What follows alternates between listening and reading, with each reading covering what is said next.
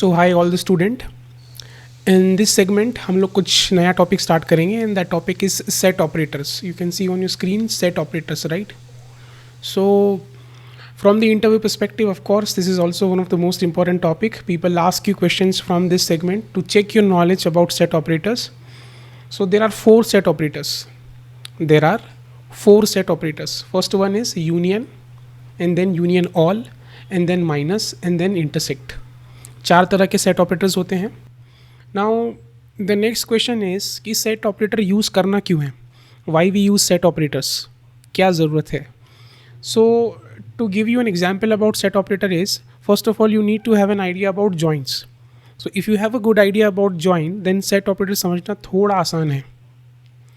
And in the next video I'll try to give you a comparison also कि joins और set operator के बीच में क्या difference होता है. There is a difference between join and set operators, and it's a interview question by the way, that what is the difference between joins and set operators. ठीक है. So why we use set operator, क्यों use करना है? So एक table है हमारे पास, the table which I am going to use for this example. Let me demo you the table. EMP table तो आपको पता ही है, we have been using this table. So we have total how many number of records? We have total 14 number of records. I am just giving you an example. ये example के through आपको ज़्यादा अच्छे से समझेगा. And then we have one more table called employee data, right? So what is the data that we have in the employee table? Let me do a query on this. Select star from employee data, right? Select करो इसको and then run it. We have total 8 number of records. इस table में हमारे पास total 8 records हैं, right? Now if you observe, here we have 4 records which is not available in the employee table. Rahul, Amit, Sanjay and Parish. These 4 records are not there in the employee table. लेकिन ये जो 4 records हैं, right, ये 4 records आपके पास employee table में available हैं. कौन कौन से records? King, Black, Clark and Jones. ठीक है, मैं इसको पिन कर देता हूँ, आपको समझने में थोड़ा और ईजी रहेगा. Let me again query the table and let me again pin this output also. King, Black, Clark and Jones, ये जो 4 रिकॉर्ड्स हैं 7839, 7698, 7782 और 7566, ये 4 रिकॉर्ड आपको employ data, employ underscore data table में भी मिलेंगे, राइट? तो 4 कॉमन रिकॉर्ड हैं दोनों टेबल में और 4 अनकॉमन रिकॉर्ड्स हैं. आई होप ये क्लियर है. अभी मैं क्या करूँगा, इन दोनों टेबल्स को ज्वाइन करूँगा सो दैट एक ज्वाइन का क्विक रिकैप भी हो जाएगा आपका. And then will use set operator. तो आपको समझेगा कि दोनों में डिफरेंस क्या है, ज्वाइन में और सेट ऑपरेटर में. I am gonna use inner join. So select, I would say E dot star comma D dot star from EMPE inner join employee data. This is my second table, employee data D, and then I am saying on E dot DEPT number is equals to D dot DEPT number, right? This is what the query for inner join. Now अगर ये दोनों table को join करते हैं हम लोग, what will be the output? This will be the output, right? So you have joined all the columns. Now one thing you notice, when you join two tables, it is being joined vertically, right? Let me show you with the annotation, और ज़्यादा अच्छे से समझेगा आपको. Let me put an arrow, right? So when you are joining these two tables, it has been joined vertically, right? ये column आ रहे हैं आपकी एम्प्लॉय टेबल से and these columns are being coming from the second employee underscore data table.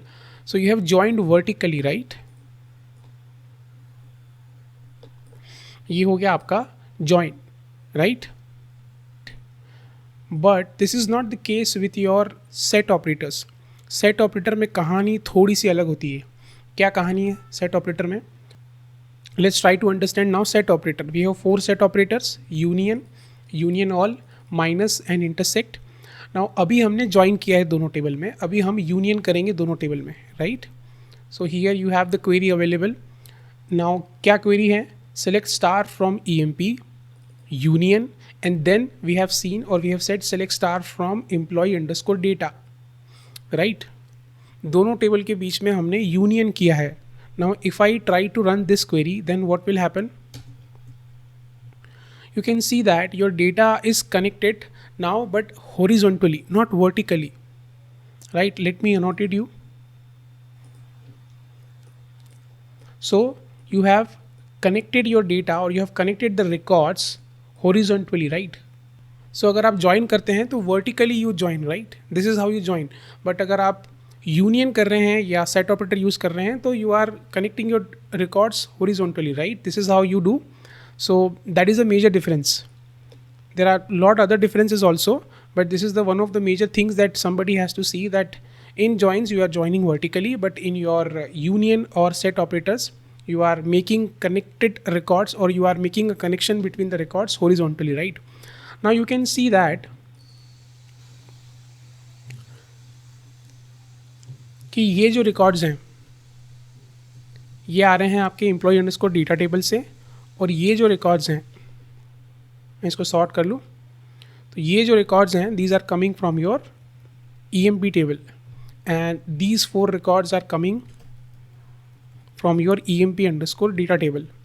Now what is the meaning of union, वो तो मैंने आपको समझा दिया कि if you do a set operator that will connect 2 tables horizontally not vertically, that is okay, that is fine. But what is the exact meaning of union, that you need to understand. Union का मतलब ये है कि दोनों table में अगर कोई common records है, अगर कोई डुप्लीकेट रिकॉर्ड है, so that will come only once, that will only come once in the output, right, 2 बार नहीं आएगा वो।